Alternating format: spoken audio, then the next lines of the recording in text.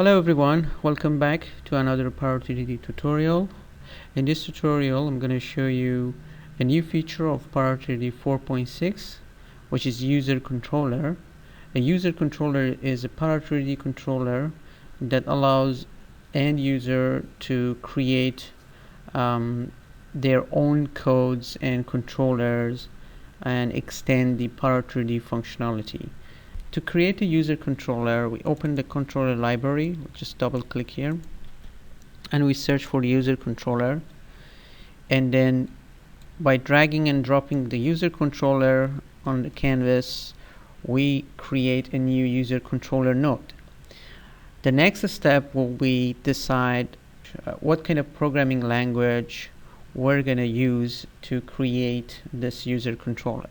For this video, we're going to talk about MaxScript, and in another video I'm going to show you how to use C# language in order to make an assembly that can be loaded into a user controller, and then Power3D will use that assembly in order to produce the outputs for the controller.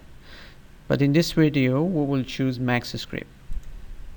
Once you choose the programming language, you get different settings in control panel. For MaxScript user controllers, you start with a very simple default code, and to see that default code you can click on edit code. It will open up the MaxScript editor with a simple code which is struct. If you're familiar with MaxScript, you know that structs are similar to classes in other programming language, and within that struct you see the main function, which is here, function main x is equal 0. So this is very simple code. It has got one input, which is x, and obviously one output, which is 0, and the name of the struct is default, and that name is listed over here. So it says the struct loaded is default. So as you can see, a user controller is always in format of a struct. You already know that you can define different variables, and you can define different functions within the struct. We can also define some events like creation events and so on. So if you're not familiar with the structs in MaxScript, I strongly recommend that you open MaxScript help and check for struct, see the correct syntaxes and the methods and properties provided within the struct functionality. Now this simple code will always return 0 because this is what is specified here as an output, and I can change that to, for example, x, which means whichever value will come to input channel of x here, the controller will send it to output channel. So if you want that change to be effective, all you need to do is to save the modified code, and then go back to control panel and click on reload code. Now the controller will return the new output, which is the value that comes in input channel x. So let's test this by creating a parametric array. So I'm going to create a box and I create a parametric array out of it. I'll create a two-dimensional array,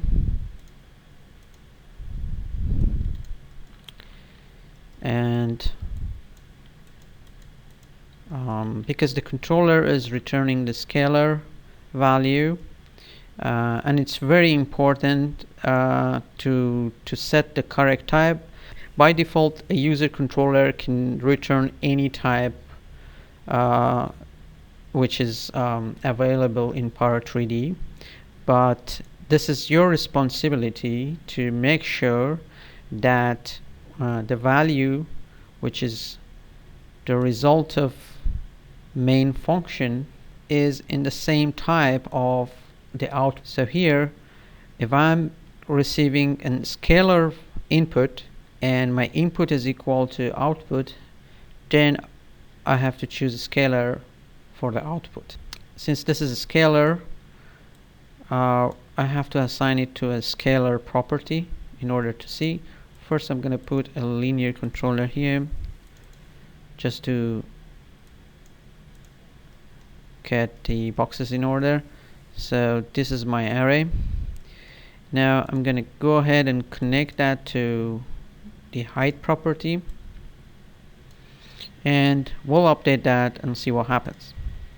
So as you can see, all the boxes receive a 0 in their height, which means this controller is always returning 0, and that's because the default value for this channel, which is a scalar value, is 0. So if I go ahead and connect a custom controller here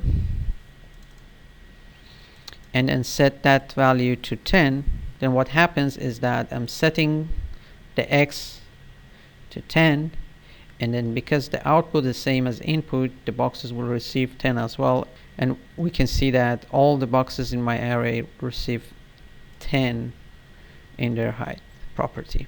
You can also go ahead and set the default value of the channel by clicking on this little button. A dialog opens with the time, dimension, and the default value of that channel.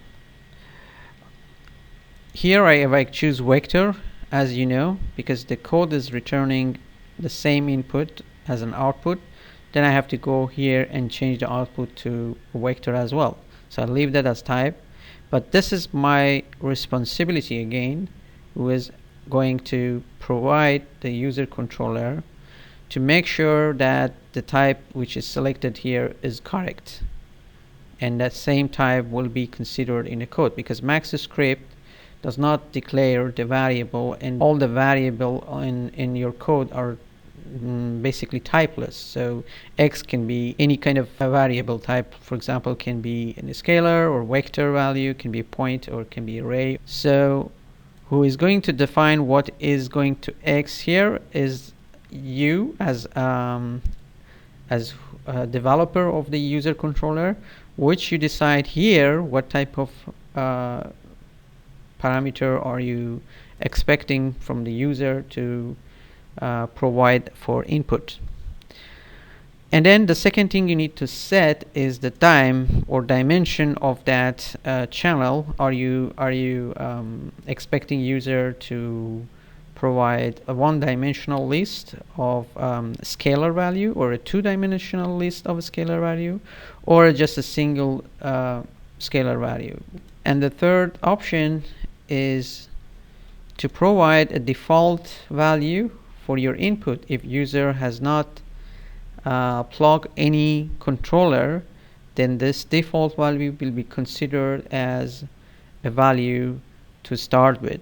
So here I can see that I can choose the index or the current time, or things like that. So if I choose index 1 and I hit the OK, and I go back and I disconnect this controller, so I'm not providing any input for the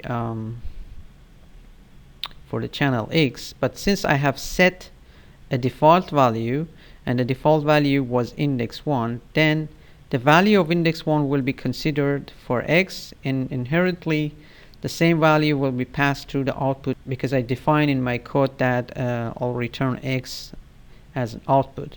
So here we go, and we update it again. Now as you can see, the height of each box is equal to their index value in first dimension. My first box received 1, and the second one received 2 in first dimension of my array, and so on. I can just go back into my code, and then instead of returning X, I can play with this, and I can say return X times X. As you know, in MaxScript you don't have to write return, but if you do write, it's the same thing. So just to make your code simple, you can just keep the expression here, and it's gonna basically return the same value. So we're taking an input, and we square that input, we multiply it by itself, and we return the result. So let's save this, and then I go back and reload the code, and then try it one more time. We update it again. So now what happens, each box will receive the square of the value of first index. So now my first box still is getting 1, and then the second box, which has the index value of 2, it receives 4, because 2 times 2, and so on. Now if I need more variable or more inputs, I need to define it within the code. There are two ways of defining the inputs. The first is to add more arguments to the main function. So I can now take 2 arguments in function main, x and y, and I can take that to my output, say x multiplied by y, and I can go here, save this code. Again, we'll go back and reload the code, and now you can see that my controller node has 2 inputs, x and y. Now I have to decide on their type and dimension, so I open that. Still, this is in scalar. This is dimension is 0, which means a single value, and I want to choose index 2 for default, and this one, it stays the same. You have a scalar, and index 1 is default. And because I have not entered, or I've not plugged any controller here, in both channel we'll be having the default value as the input value. So let's go ahead and update that again. So now you can see that how this is working, because we're getting 2 different indexes and we multiply it. So here, I have the 4 and 2, 4 for index 1 and 2 for index 2. The height of object is 8, so the controller functions properly, and I'm getting the result that I was expecting. But notice that both inputs are changing from object to object within the array. I'll go back and I'll set the default value to not defined or undefined value, which means that we want the user to provide with an input here, and this now is considered to be 0 by default because it's a scalar. But I'm going to connect this to y, and I'm going to run this again.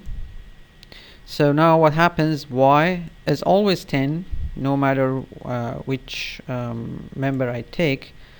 The y is always 10 because it's coming from this controller, but the x is it varies among the it varies from member to member because it's index 1.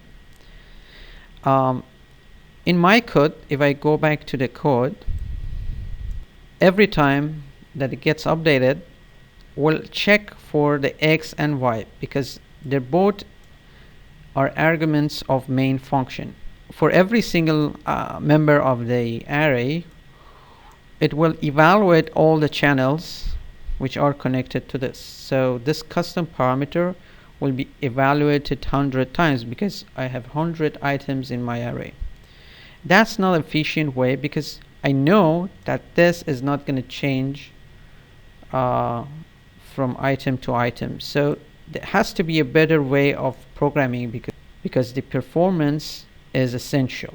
Imagine a controller instead of the custom parameter that needs more time to provide the result.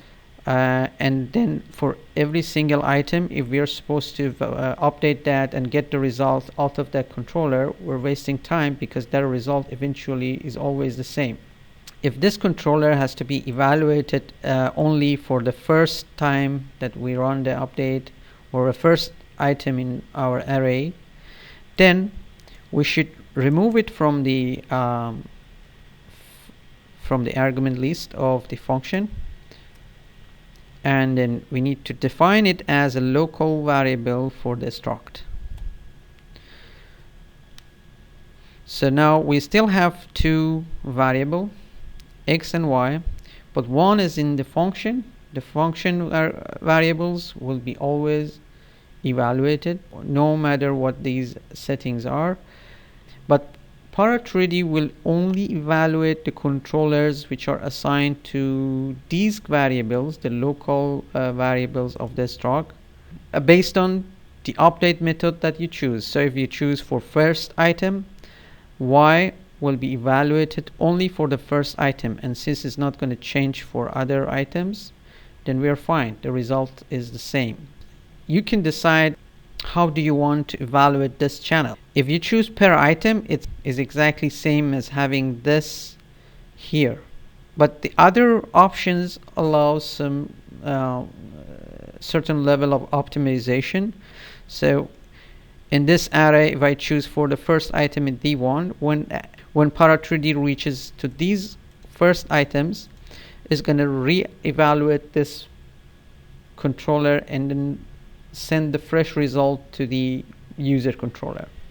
If I choose for the first item in second dimension, for only these 10 objects that their index 2 is equal to 1, so their first items in second dimension, the program will evaluate the controllers and then again send a refresh result to the user controller. So now let's save our code again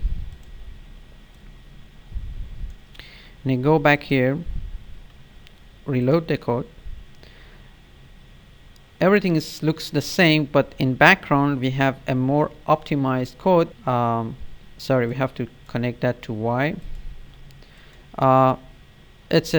It's important because when you change the variable, they come in order that they're defined in your structs. Because y came first in our code, it's now shown before x. So make sure that you connect that controller to the right channel now. So now we get, we need to go back and make sure that the default value are set. As you can see now, I can't set any default value for this local variable because it's not going to get updated by Para3D for all items. So it does not make sense if you choose index 1 or index 2 for this. So when you have a local variable, then you can't assign a default value from this menu. So we go ahead and update that. Of course, it gives you the same result, but it's much faster. So now let's say we want to use vector input and a scalar input. So here I need to change the type of variable y to a vector, and then it automatically disconnect the custom parameter from the vector because that is not anymore valid connection. But also it is my responsibility to make sure that if the value that comes to y is a vector, will work with my output, which is in a scalar value. Right now we're going to get a vector because you have a scalar multiply a vector or a point, and it's going to return a point. So this controller will result an error. To avoid that, we need to make sure that the output we are getting is in the right type. So here I'm going to take the z component of this vector, which is in scalar value, and I'm going to multiply by x, and then I will save that. And I will reload the code. So now I need to provide a vector for this channel. It could be a position of a point. So we go ahead and create a point, and then we create a link controller that can refer to the position of this point. The output of that would be vector. It's an external link, so we choose external link, pick an object, we pick our point, choose the position from the track view, and then connect this to user controller. Depend on the position on of the point, we'll get the different value for y, and it would take that y, a z component of y, which is the position of the point along the z-axis of global coordinate system in 3D Max, and then we multiply that by the index because that's still the default value, and then we get the result. So if I update it now, I get 0 because this point is on the XY plane, so the z is 0. Now I'm going to move it up. As you can see, slide is a little over. The position of my point is almost in 13.9, so let's make it 20. And I will get update again, and now we have different result for each. This the first item get 20 because the index 1 is 20, and then the second item 40, and so on. So it works properly. A few points I would like to mention for this tutorial. You can always add different functions, but only one of them is your main function. For instance, my function that takes two value, a and b, and it returns minimum value. Sorry, you don't have to use a semicolon here. You always have to use comma because it's an struct. So that's another point. And you can create another function, but it has to have a different name, obviously. So I'll rename that to my function 1, and I go here and say my func 2. This one will take only one argument, and it returns the square of this. And don't forget that you can use your local values within the function. So I can do something like this. I can use that local variable since it's defined already. As I can use it in all the functions that I defined after that. For now, we'll have these as a square of a, and then what eventually the controller will return as an output is coming only in the function main. And don't forget that you can program, you can have as many lines that you need in your function and in your struct. There's no limitation on this. So let's say a equal my function 1 x and y, and then we'll go ahead and return my func 2 a. You must be aware of the variable scope in MaxoScript. That is very important to understand, because now this a has nothing to do with this a. This is a local variable for this function only, will be no longer exists out of this scope. So what I get now, I'm providing two scalar value for this, my function 1, because my function 1 it needs two scalar value in order to function. So don't forget now is that y is in scalar. So I'm just going to comment here so I don't forget to change the type. Also the x is scalar, so you can also comment here x is scalar. So also I evaluate this my function 1, which returns the smaller number. So I'm getting 2 inputs. I found the smaller one, and then I'll send that to function 2, which is makes the square of the input. Then I will return the result of this function, which is the square of the smaller number. So this controller basically takes 2 inputs, 2 scalar inputs, and it finds the smaller number, and it returns the square of that smaller number. That's what it does.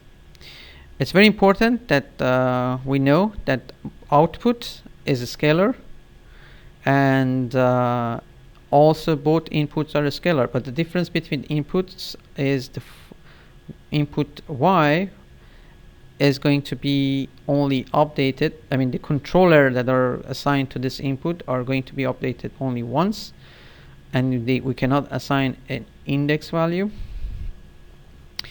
And the controller that are assigned to the variable x, they will be updated for every single member within the array. So let's go ahead and save this. We go back and then we'll reload that. Now I can see that the y still stays a vector, but I know that it's going to be a scalar now, so I'm going to go ahead and change it to a scalar. Okay, so that controller is disconnected. X is a scalar. This is this little button shows the type, and also you can see it from here. And make sure the index, because x can receive a default value. It's not necessary to set, but we just want to see some result here. So we assign index 1 to x as a default value, and we connect this to y, and we set it to 5. So now what happens, is going to check the index 1, which is the default value for x, against this parameter. If it's less than 5, then it's going to return the square value. Otherwise it will return the square value of this, which is 25 for all the rest of member. So let's just update this. So it works exactly as we were expecting, because when we reach the 5th item, the index value will reach this parameter. So from then, always the smaller value will stay 5, because that custom parameter is always 5. So the 5 gets multiplied by 5, and it will return always 25 after the 5th object. Now, since we're done with our user controller, let's say we want to share it with the with our friends. We can just rename it. So that would be my user controller. I'll say my first controller. It's either you select that and then you click on save para, and what is going to happen is that this controller will be saved in the .para file or the para flow, and then you can send it to people. They have to stick to your setting in terms of output and input unless they know how to edit the code.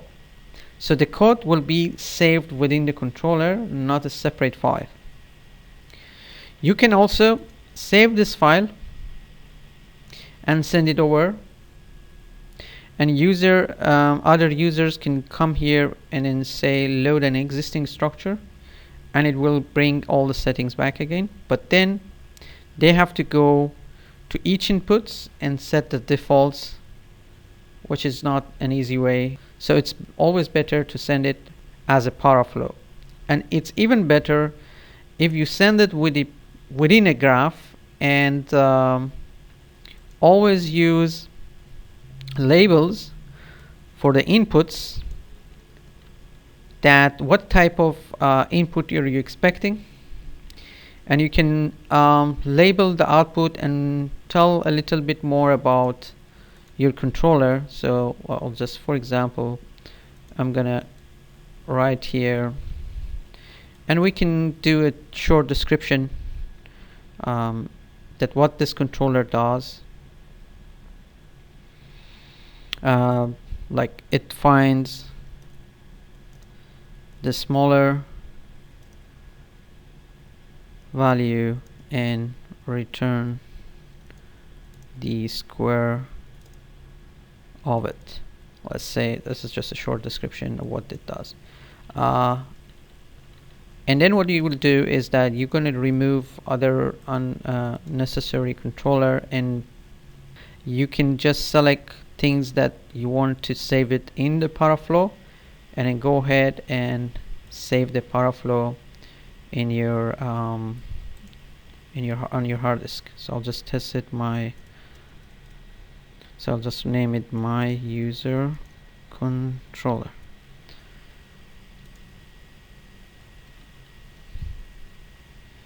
Okay, let's reset everything.